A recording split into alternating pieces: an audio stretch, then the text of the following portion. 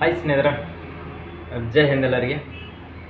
CISF central industrial security force ಅಂತ ಹೇಳಿಸಿಂದ ಇದರಲ್ಲಿ tradesman ಹುದ್ದೆಗಳನ್ನ ಕರೆದಿದ್ರು ಸ್ನೇಹಿತರೆ. ಟ್ರೇಡ್ಸ್ಮನ್ ಹುದ್ದೆಗಳಲ್ಲಿ ಆಲ್ಮೋಸ್ಟ್ ಅಲ್ಲ 700 ಅಧಿಕ ಹುದ್ದೆಗಳನ್ನ ಕರೆದಿದ್ರು.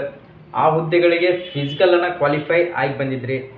ಸೊ ಫಿಸಿಕಲ್ ಕ್ವಾಲಿಫೈ ಆದ ನಂತರ ನಿಮ್ಗೆ ರಿಟರ್ನ್ ಎಕ್ಸಾಮ್ ಕೂಡ ನಡೆಸಿದ್ರು.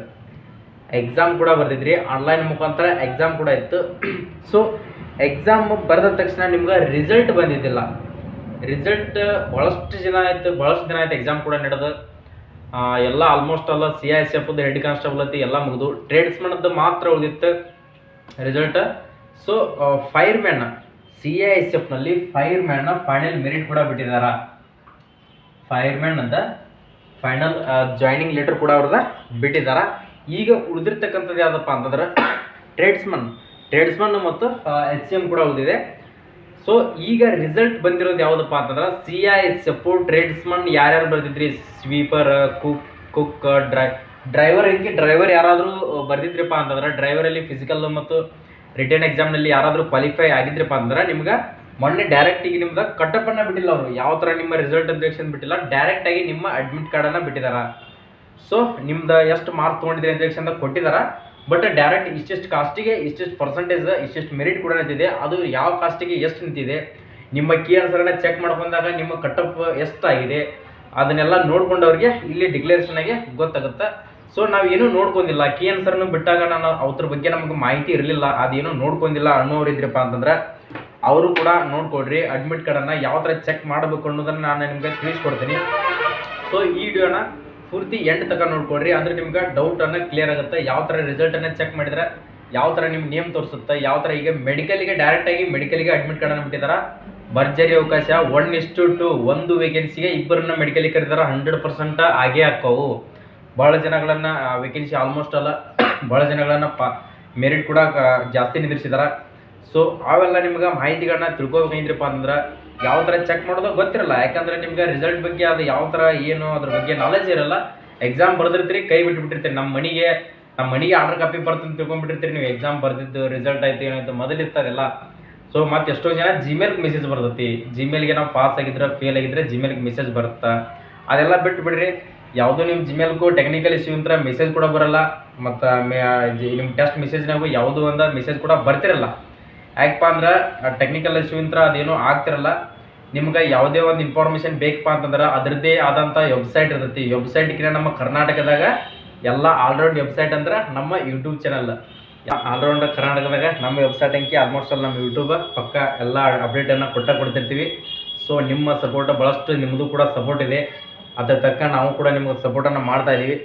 ಸೊ ಇವತ್ತಿನ ಈಗ ನೋಡ್ತಿರೋದೇನಪ್ಪ ಅಂತಂದ್ರೆ ಕಟ್ಟಪ್ಪನ್ನು ನೋಡ್ಕೊಡ್ರಿ, ಎಷ್ಟೆಷ್ಟು ನಿಂತಿದೆ, ಎಷ್ಟೆಷ್ಟು ಇದ್ದವ್ರದ್ದು ಅಡ್ಮಿಟ್ ಕಾರ್ಡ್ ಬರ್ಬೋದು. ಈಗಾಗಲೇ ಅಡ್ಮಿಟ್ ಕಾರ್ಡನ್ನು ಬಿಟ್ಟಿದ್ದಾರೆ. ಆ ಲಿಂಕ್ ಯಾಕಂದ್ರೆ ಫುಲ್ ಸರ್ವರ್ ಬಿಸಿ ಐತಿ. ಯಾಕಂದ್ರೆ ಆಲ್ಮೋಸ್ಟ್ ಎಲ್ಲ ಅದನ್ನ ನೋಡ್ಕೊಂಡು ಕುಂತಾರೆ ಎಲ್ಲರೂ. ಇಲ್ಲಿ ನೋಡ್ಕೊತಾ ಹೋಗ್ರಿ ಯುವರಿಗೆ ಎಷ್ಟು ನಿಂತಿದೆ, ಅದೇ ಥರನಾಗಿ EWS,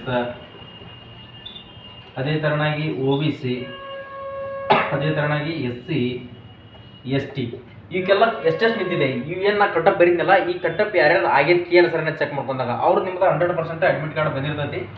ಸೊ 64 ನಿಂತೈತಿ. ಈ ವಾರ ಜನರಲ್ ಒಳಗೆ ಯಾರು ಹಾಕಿದ್ರಿ ನೋಡ್ರಿ, ಯಾವುದೇ ಒಂದು ಟ್ರೇಡ್ ಇದೆ 64 ನಿಂತೈತಿ. ಅದೇ ಥರನಾಗಿ EWS 55 ಯಾರ್ದಾಗೈತಿ ನೋಡ್ಕೊಡ್ರಿ, 55 ಯಾರ್ದಾಗೈತಿ ಅವ್ರದ್ದು ಅಡ್ಮಿಟ್ ಕಾರ್ಡ್ ಬಂದಿರ್ತೈತಿ. ನೆಕ್ಸ್ಟ್ ಅದೇ ಥರನಾಗಿ OBC ನೋಡ್ಕೊಡ್ರಿ, 61 ಯಾರ್ದಾಗೈತಿ ಅವ್ರದ್ದು ನಿಮ್ದು ಅಡ್ಮಿಟ್ ಕಾರ್ಡ್ ಕೂಡ ಬಂದಿರ್ತೈತಿ. ಅದೇ ಥರನಾಗಿ SC ನೋಡ್ಕೊಡ್ರಿ, 56 ಯಾರ್ದಾಗೈತಿ ನೋಡ್ಕೊಡ್ರಿ. SC ಕಾಸ್ಟ್ ಒಳಗೆ ನೀವು ಹಾಕಿದಂಥ SC ಕಾಸ್ಟ್ ಒಳಗೆ 56 ಅದವ್ರದ್ದು ಅಡ್ಮಿಟ್ ಕಾರ್ಡ್ ಕೂಡ ಬರುತ್ತೆ. ನೆಕ್ಸ್ಟ್ ಅದೇ ಥರನಾಗಿ STದವ್ರಿಗೆ ಎಷ್ಟಪ್ಪ ಅಂದ್ರೆ 61. ಟೋಟಲ್ ಆಗಿದ್ದ ನಿಮ್ಗೆ ಕಟ್ಟಪ್ ಬಗ್ಗೆ ಈ ಇಷ್ಟಿಷ್ಟೆಲ್ಲ ಯಾರ್ದಾಗೈತಿ ಕೀ ಆನ್ಸರ್ ಚೆಕ್ ಮಾಡ್ಕೊಂಡಾಗ ನಿಮ್ದು ಮೆಡಿಕಲ್ಗೆ ಅಡ್ಮಿಟ್ ಕಾರ್ಡ್ ಬಂದಿರ್ತೈತಿ. ಅಡ್ಮಿಟ್ ಕಾರ್ಡನ್ನು ಚೆಕ್ ಮಾಡ್ಕೊಳ್ರಿ. ಯಾವುದೇ ಒಂದು ಇನ್ಫಾರ್ಮೇಷನ್ ನಿಮ್ಗೆ ಹೇಳ್ತಾ ಇದ್ದೀನಿ ನಾನು, ನಮ್ಮ ಯೂಟ್ಯೂಬ್ನಾಗ ಡೈಲಿ ಅಪ್ಡೇಟ್ಗಳನ್ನ ಕೊಡ್ತಾ ಇರ್ತೀವಿ. ಒಂದು ಪಾಯಿಂಟನ್ನು ಮಿಸ್ ಮಾಡ್ತಿರಲ್ಲ. ಇವೆಲ್ಲ ಇಂಪಾರ್ಟೆಂಟ್. ರಿಸಲ್ಟನ್ನು ನೋಡ್ಕೊಳಂಗಿಲ್ಲ ರೀ ನೀವು.